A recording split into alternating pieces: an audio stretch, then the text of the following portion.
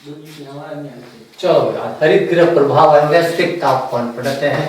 आपको दैनिक जीवन में और कोई भी कंपटीशन की प्रतियोगिता परीक्षा में ये काम आने वाले टॉपिक है। इस काम में आते हैं हर प्रकार का एक प्रश्न इस पर्यावरण में से पूछा जाता है, जिसे हरित गृह प्रभाव कहते हैं या ग्लोबल वार्मिंग भी इसे कहते हैं। इसमें से एक सवाल आपका पूछा जाता है। तो पहले होता है प्रदूषण किसे कहते हैं। प्रदूषण की परिभाषा सबको आनी चाहिए एक बार, क्योंकि नॉर्मलिटी चीज सबको आनी चाहिए, बेसिक चीज आ जाएगी तभी तो आप इसके बारे में आप कंसेप्ट आपको समझ में आ पाएगा। तो पहली बात, प्रदूषण किसे कहता है। पर्यावरण में हानिकारक विषाक्त पदार्थों का मिलना ही प्रदूषण कहलाता है। और प्रदूषण के अंतर्गत आपके आता है पहला हरित गृह प्रभाव, यानी हरित गृह प्रभाव के अंदर हमारा जो पौधा घर होता है, उस पौधे घर के अंदर जो हमारे पौधा घर होता है, उस पौधे घर में आपके ये कांच का घर होता है।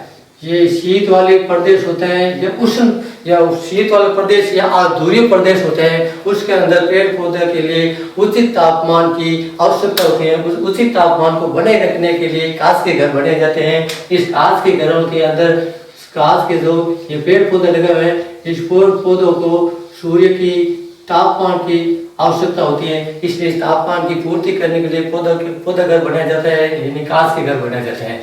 ये आपका है कांच का घर, आपके कांच का घर। इस कांच के घर में जो सूर्य की किरणें है, वो सूर्य की किरणें इसके अंदर तो आ तो पाती हैं, इसके अंदर सूर्य की किरणें आ जाती हैं इस कांच के घर से। तो सूर्य की किरणें जब इसके अंदर आती हैं तो पौधों को पर्याप्त मात्रा में गर्मी यानी उष्मा मिल जाती है। ये उष्मा मिलने के कारण ही पेड़ पौधों को तापमान की पूर्ति होती है। जब ये तो पेड़ पौधों को गर्मी मिलती है, तो गर्मी मिलने के बाद में इसके अंदर जो गैसें होती हैं और इनका वातावरण होता है वो गर्म हो जाता है, और गर्म होने के कारण ये तापमान बढ़ जाता है। बाहर का तापमान से अंदर का तापमान बढ़ जाता है। अंदर का तापमान बढ़ने के कारण इसे हम हरित गृह प्रभाव भी कहते हैं। इसे क्या कहते हैं? हरित गृह प्रभाव भी कहते हैं, हरित गृह प्रभाव कहते हैं। तो ये आपका हरित गृह होता है।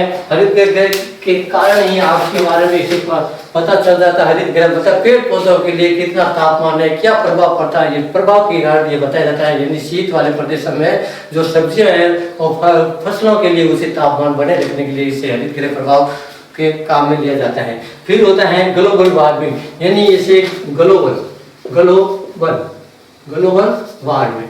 तो ग्लोबल वार्मिंग का मतलब होता है ग्लोब यानी पृथ्वी, ग्लोब का मतलब होता है पृथ्वी, ग्लोब का मतलब होता है पृथ्वी, और वार्म का मतलब होता है गर्म, गर्म मतलब पृथ्वी का गर्म होना। इसके अंदर होता है पृथ्वी का गर्म होना, यानी पृथ्वी का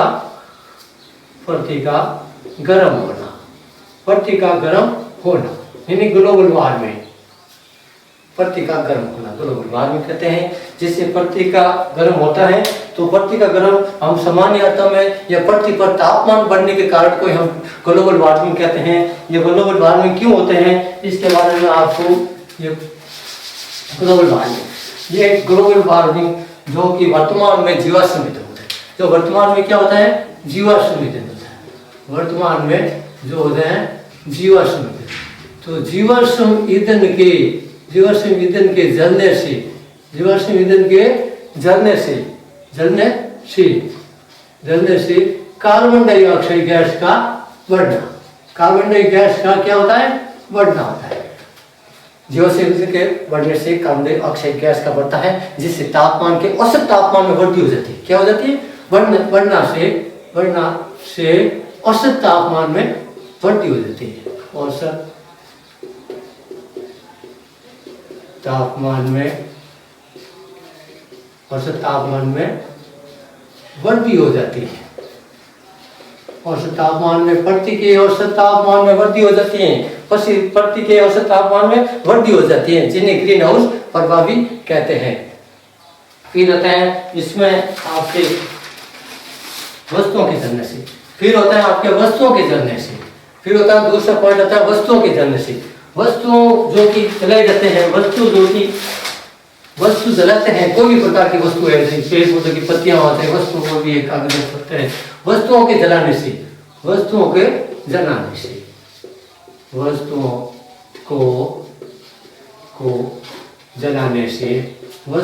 जलाने से क्या होते हैं? कार्बन डाइऑक्साइड गैस प्राप्त होती है। वस्तुओं को जलाने से कार्बन डाइऑक्साइड गैस निमुक्त होती है, निकलती है, निमुक्त होती है। कार्बन डाइऑक्साइड गैस क्या होती है? निमुक्त होती है, गैस निकलती है। कोई भी चीज जलाते हैं, जलाने से कार्बन डाइऑक्साइड गैस निकलती है, जिससे ये वायुमंडल के अंदर एक छतरी बन जाती है। ये क्या होती है? वायुमंडल के अंदर एक छतरी बना जाती है कार्बन डाइऑक्साइड की। ये CO2, ये CO2, ये CO2, यानी कार्बन डाइऑक्साइड की एक छतरी बन जाती है वायुमंडल के अंदर। ये वायुमंडल होता है, इस वायुमंडल के अंदर कार्बन डाइऑक्साइड की एक छतरी बन जाती है। कोई भी वस्तु ऐसे हमने ये वस्तु जलाई, ये वस्तु जलाने से ये जो कार्बन डाइऑक्साइड गैस निकलती है, ये वायु निकलने के कारण ये पट्टी के ऊपर एक छतरी या छाता बना दी जाते हैं, छाता बनाए जाते हैं, जिससे हमारे सूर्य की किरणें आती हैं। ये सूर्य की किरणें इसके अंदर आती हैं, सूर्य की किरणें इसके अंदर आ तो जाती हैं, परंतु यहाँ का वातावरण को गर्म कर देती है और फिर इन विकिरणों को बाहर ये कार्बन डाइऑक्साइड की ये परत होती है, जिसको सूर्य की किरणें या ताप की ऊर्जा को बाहर जाने से रोक देती है, जिससे इसका औसत तापमान में वृद्धि हो जाती है, औसत तापमान में वृद्धि हो जाती है। तो हमारा सवाल पूछा जाता है, कभी कभी सवाल एक पूछा जाता है कि हमारी पृथ्वी का औसत तापमान क्या होता है। हमारी कई प्रकार की परीक्षा में पूछा जाता है नौ पृथ्वी का औसत तापमान क्या होता है? पृथ्वी का औसत तापमान, पृथ्वी का औसत तापमान कितना दिन होता है? तो पृथ्वी का औसत तापमान होता है आपका 14 से 15 डिग्री सेल्सियस होता है। ये कई बार परीक्षा में पूछा जाता है, यह पूछा हुआ है। पृथ्वी का औसत तापमान कितना होता है? 14 से 15 डिग्री सेल्सियस होता है। ये कई बार सवाल ये नोट करने की बात होती है। फिर आता है आपके आगे होता है ग्रीन हाउस प्रभाव, जो कि ग्रीन हाउस प्रभाव में आपको बताया जाता है कि पृथ्वी के तापमान में वृद्धि हो जाती है। आपको पहले बताया कि पृथ्वी के तापमान में वृद्धि होने को ग्लोबल वार्मिंग या वैश्विक उष्णन भी कहते हैं। तो एक हमारे वैज्ञानिक थे जो 1827 में फ्रांसीसी वैज्ञानिक थे। कौन से वैज्ञानिक थे? फ्रांसीसी वैज्ञानिक जीन, फ्रांसीसी वैज्ञानिक का नाम था जीन बाप्टिस्ट फूरिये ने ग्रीन गैसों के बारे में बताया। फूरिये ने ग्रीन गैसों के बारे में बताया, ग्रीन गैसों के बारे में बताया, ग्रीन गैसों के बारे में बताया। पूछा जाता है कौन से वैज्ञानिक ने ग्रीन गैसों के बारे में बताया था? तो ये 1827 में आपके फ्रांसीसी वैज्ञानिक थे, जिनका नाम था जीन बाप्टिस्ट फूरिये ने ग्रीन गैसों के बारे में बताया। उसने कहा कि जब सूर्य की किरणें आती हैं तो हमारे वायुमंडल होता है, वायुमंडल के अंदर सूर्य की किरणें तो आ सकती हैं, परंतु सूर्य की किरणें वायुमंडल को गर्म करने के बाद इस वातावरण यानी अंतरिक्ष में जाने से इसको रोक देते हैं। इसके बारे में जीन बाप्टिस्ट फूरिये ने कहा था। ये वैज्ञानिक का नाम कभी पूछ सकते हैं तो ये बता सकते हैं आप। फिर आता है हमारे वायुमंडल में जो ग्रीन गैसें कौन सी होती हैं, ग्रीन गैसों के बारे में बताते हैं। ये कई बार पूछी जाती हैं ग्रीन गैसें। ये ग्रीन गैसें कौन सी होती हैं? ग्लोबल वार्मिंग के लिए उत्तरदायी कौन सी गैसें हैं? ग्लोबल वार्मिंग के लिए कौन सी गैसें हैं? ग्लोबल वार्मिंग के लिए कार्बन डाइऑक्साइड सबसे ज्यादा, कार्बन डाइऑक्साइड गैस उत्तरदायी होती है, कार्बन डाइऑक्साइड गैस उत्तरदायी होती है, कार्बन डाइऑक्साइड गैस उत्तरदायी होती है। ये सवाल ज्यादातर हमारे पूछे जाते हैं कि ग्लोबल वार्मिंग या ग्रीन हाउस गैस के लिए कौन सी गैस काम है, कौन सी गैस सबसे ज्यादा उत्तरदायी होती है? तो ये पूछा है कार्बन डाइऑक्साइड गैस के कारण ग्रीन हाउस गैस इसके लिए उत्तरदायी होती है। ये होती है 57%, इसकी मात्रा होती है 57%, इसकी मात्रा होती है 57% की मात्रा होती है कार्बन डाइऑक्साइड की, जो हमारे वातावरण में सबसे ज्यादा ये गैस होती है ग्लोबल वार्मिंग के लिए। तो फिर आगे होता है ग्रीन गैसों के प्रमुख कौन सी होती है? तो प्रथम होती है कार्बन डाइऑक्साइड, दूसरी होती है क्लोरोफ्लोरोकार्बन, चौथी होती है मीथेन, फिर होती है जलवाष्प भी होती है, और एक होती है मीथेन भी होती है, और होती है नाइट्रस ऑक्साइड NO2। ये ग्रीन गैसें होती है, ये ग्रीन गैसें हैं, ये ग्रीन हाउस गैसें हैं, ये आपके ग्रीन हाउस गैसें हैं, ग्रीन हाउस गैसें हैं, ग्रीन हाउस गैसें हैं। ये गैसें पूछते हैं कभी कभी। कौन कौन सी गैसें होती हैं? ये होते हैं कार्बन डाइऑक्साइड, CFC। CFC का फुल फॉर्म होता है क्लोरोफ्लोरोकार्बन होता है। CFC का फुल फॉर्म पूछ सकते हैं, कभी ये भी पूछा जाता है कि ये CFC क्या होती है। CFC, तो C का मतलब होता है क्लोरो, C का मतलब होता है क्लोरो, F का मतलब होता है फ्लूरो, कार्बन, क्लोरोफ्लोरोकार्बन। कभी ये नाम दिया जाता है, कभी ये सूत्र दिया जाता है, ये दिया जाता है, तो इसका कंफ्यूज होने की कोई जरूरत नहीं है। CFC या क्लोरोफ्लोरोकार्बन होता है इसमें से। तो कार्बन डाइऑक्साइड, क्लोरोफ्लोरोकार्बन, मेथेन, जल वाष्प और मेथेन और नाइट्रस ऑक्साइड, ये गैसें हमारी ग्रीन हाउस गैसें होती हैं। इन गैसों के कारण ही हमारा जो ग्लोबल वार्मिंग बढ़ता जाता है, यानी पृथ्वी का औसत तापमान बढ़ता जाता है। ये गैसें किन किन से प्राप्त होती हैं ये हम पढ़ते हैं। लेकिन सबसे पहले होते हैं हमारे कार्बन डाइऑक्साइड, सबसे पहले होते हैं हमारे कार्बन डाइऑक्साइड गैस के प्राप्ति स्रोत। ये किन से प्राप्त होते हैं? के प्राप्ति स्रोत। कार्बन डाइऑक्साइड गैस किन से प्राप्त होते हैं? फिर हमारे वातावरण में कार्बन डाइऑक्साइड गैस बहुत पाई जाती है, परंतु इसे किन से प्राप्त होती है? तो ये होती है हमारे जीवाश्म ईंधन से। तो जीवाश्म ईंधन के द्वारा ये हमारी गैस प्राप्त होती है। जो जीवाश्म ईंधन क्या है ये भी आपको ध्यान रखना। जीवाश्म मतलब पेड़ पौधे जीव जंतुओं से जो जमीन के नीचे प्राप्त होती है जीवाश्म ईंधन होती है। पहली होती है पेट्रोल, पहली होती है गैस पेट्रोल, डीजल, कोयला और अन्य उत्पाद से, ये अन्य उत्पाद से ये गैसें प्राप्त होती है जीवाश्म ईंधन से। पेट्रोल, डीजल, कोयला आदि इनके जलाने से, पेट्रोल, डीजल, कोयला के जलाने के द्वारा ये गैसें कार्बन डाइऑक्साइड गैस प्राप्त होती है। फिर होते हैं कार्बन डाइऑक्साइड लकड़ियों को जलाने से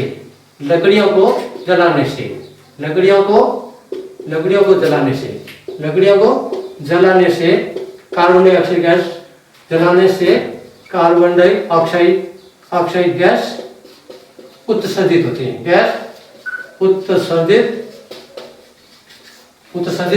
होते हैं। कार्बन डाइऑक्साइड गैस क्या होती है? उत्सर्जित होती है। लकड़ी को जलाते हैं या कोई चीज जलाते हैं, गैस उत्सर्जित होती है, ऐसे कार्बन डाइऑक्साइड गैस प्राप्त होती है लकड़ी को जलाने से। और तीसरा पॉइंट होता है इसका पेड़ पौधों की कटाई से, पेड़ पौधों की कटाई से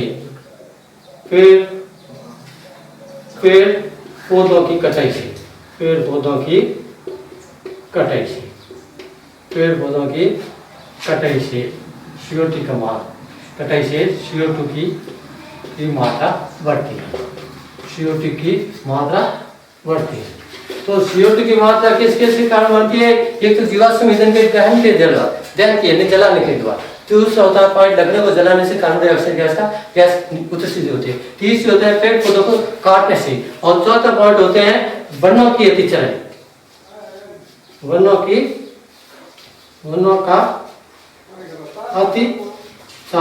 अतिचारण के द्वारा इनके द्वारा कार्बन डाइऑक्साइड गैस प्राप्त होती है। ये हम कार्बन डाइऑक्साइड प्राप्त करने वाली गैसें हैं। फिर होती हैं कार्बन डाइऑक्साइड के द्वारा ये संसार में कौन कौन से देश है जिनके द्वारा कार्बन डाइऑक्साइड सबसे ज्यादा उत्सर्जित होता है? भाई सबसे ज्यादा होता है कार्बन डाइऑक्साइड उत्पादक, जो उत्सर्जित कार्बन डाइऑक्साइड गैस के उत्सर्जित देश। ये कौन कौन से देश हैं जो सबसे ज्यादा कार्बन डाइऑक्साइड गैस उत्सर्जित करते हैं? उसके अंदर आता है पहला तो आता है चीन का, पहला देश होता है चीन देश, जो कि 30% कार्बन डाइऑक्साइड गैस उत्सर्जित करता है। 30% कार्बन डाइऑक्साइड गैस उत्सर्जित करता है, 30% कार्बन। फिर उसके बाद में आता है आपके USA, ये आपका 15% भाग उत्सर्जित करता है। फिर इसके बाद में आता है यूरोपीय देश का नाम होता है। इसके बाद में आता है यूरोपीय देश। और हमारा देश जो सबसे चौथे नंबर पर आते हैं, भारत का जो होता है वो 7%, इसका होता है 12% और इसका होता है 7%। भारत जो देश होता है जो भी 7% कार्बन डाइऑक्साइड गैस निर्मित करता है, उत्सर्जित करने वाला देश होता है। चौथे नंबर भारत का होता है, सबसे ज्यादा चीन का होता है। उसके बाद आता है हमारे वापस आते हैं क्लोरोफ्लोरोकार्बन। ये कार्बन डाइऑक्साइड के बारे में बताएगा। फिर होता है हमारे क्लोरोफ्लोरोकार्बन जो कि किससे प्राप्त होता है? दूसरा पॉइंट होता है CFC CFC gas, CFC gas, जो कि CFC गैस होती हैं जो हमारे CFC गैस जो हमारे जो रेफ्रिजरेटर होते हैं उनसे प्राप्त होती है। रेफ्रिजरेटर होता है, ये हमारा होता है वायुमंडल है, वायुमंडल से वे AC जो घरों में लगे जाते हैं AC वे धुआं से ये प्राप्त होती है, धुआं से प्राप्त होती है। तो CFC यानी क्लोरोफ्लोरोकार्बन गैस जो रेफ्रिजरेटर से या वायुमंडल से वे AC वे धुआं से ये प्राप्त होती हैं, जो क्लोरोफ्लोरोकार्बन होते हैं, ये परसित के रूप में काम आती जाती हैं। वायुमंडल में इसका प्रभाव ज़्यादा देखने को मिलता है। फिर आता है बनके, फिर होता है हरित गृह प्रभाव के दुष्प्रभाव, हरित गृह गैस के दुष्प्रभाव। ये हमारा दुष्प्रभाव क्या होता है? हरित गृह यानी वैश्विक उष्णन के दुष्प्रभाव, वैश्विक तापमान के दुष्प्रभाव, वैश्विक तापमान के दुष्प्रभाव हमारे वातावरण में ये हमारे मानव को क्या क्या प्रभावित करते हैं, ये क्या क्या प्रभावित करते हैं। तो इसका पहला प्रभाव होता है, इसका सबसे पहला प्रभाव होता है जो हमारे हिम क्षेत्रीय ध्रुव प्रदेशों में, जो हिम या ध्रुव प्रदेशों में, हिम या ध्रुव प्रदेशों में या ध्रुव प्रदेशों में जो बर्फ होती है, ध्रुव प्रदेशों में बर्फ जमी होती है, बर्फ जमी होती है और पिघल जाती है। इस वैश्विक तापमान के कारण या ग्लोबल तापमान के कारण ये जो हमारे ध्रुव प्रदेशों में होते हैं, जो बर्फीला इलाके होते हैं, उनके अंदर की जो बर्फ होती है वो बर्फ पिघल कर उनके आसपास के क्षेत्र होते हैं तो क्षेत्र को जलमग्न कर देते हैं और उनका जल स्तर बढ़ जाता है। जो भी समुद्र के किनारे शहर होते हैं वो समुद्र के किनारे शहर होने के कारण वहाँ का जल स्तर बढ़ जाता है, इसलिए वो भी एक हानिकारक प्रभाव होता है। और दूसरा होता है मौसम चक्र में, जो मौसम चक्र होता है उस मौसम चक्र में परिवर्तन हो जाता है, मौसम चक्र में परिवर्तन होता है। तो मौसम चक्र में क्या परिवर्तन होता है? मौसम चक्र में जैसे बरसात, सर्दी के समय बरसात या गर्मी के समय सर्दी, ये मौसम चक्र में परिवर्तन हो जाता है। और मौसम चक्र में परिवर्तन होने के बाद मानव को और भी रोग होते हैं, जैसे मानव के कैंसर है, मानव में कैंसर रोग का होना, त्वचा संबंधी रोगों का आना, त्वचा संबंधी रोग ये रोग हो जाता है। त्वचा संबंधी रोग जो इस वृद्धि के कारण हो जाता है, वैश्विक ग्लोबल वातावरण वैश्विक तापमान के कारण ये रोग हो जाते हैं। इसके बचाव के उपाय होते हैं, जीवाश्म ईंधन, और जीवाश्म ईंधन यानी कोयला तेल या खनिज तेल की मात्रा को इसकी कटौती की जाए। यह जहाँ तो सूर्य ऊर्जा होती है, तापीय ऊर्जा होते हैं, उनका वैकल्पिक रूप में इसका उपयोग किया जाए। यह इसका लास्ट उपाय होता है, इसका सबसे ज्यादा से ज्यादा वृक्षारोपण किया जाए। ये सबसे ज्यादा वृक्षारोपण किया जाता है तो वैश्विक तापमान ये ग्रीन हाउस गैस के बारे में हम इससे बचाव कर सकते हैं, ये हमारा काम करते हैं। और इसके बारे में एक सवाल पूछते हैं, इनमें से कौन सी गैस ग्रीन हाउस गैस है? ग्रीन हाउस गैस कौन सी है? ग्रीन हाउस गैस, ये सवाल पूछते हैं ग्रीन हाउस गैसें। तो ग्रीन हाउस गैसें कौन सी है? ग्रीन हाउस गैसें होते हैं, पहले आपके होते हैं कार्बन डाइऑक्साइड, ये सबसे भारी होते हैं, सबसे ज्यादा उत्तरदायी होते हैं गैस। ग्रीन हाउस गैस के लिए कौन सी गैस उत्तरदायी होती है? जो होती है कार्बन डाइऑक्साइड। इसके बाद आपको बताया था CFC, फिर होती है इसके अंदर मैथेन, फिर होते हैं नाइट्रस ऑक्साइड, फिर होते हैं जलवार। ये आपको याद रखना है, इस आदि गैस है, ये गैस आपको याद करनी। ग्रीन हाउस गैसें कौन कौन सी है इसका अनुक्रम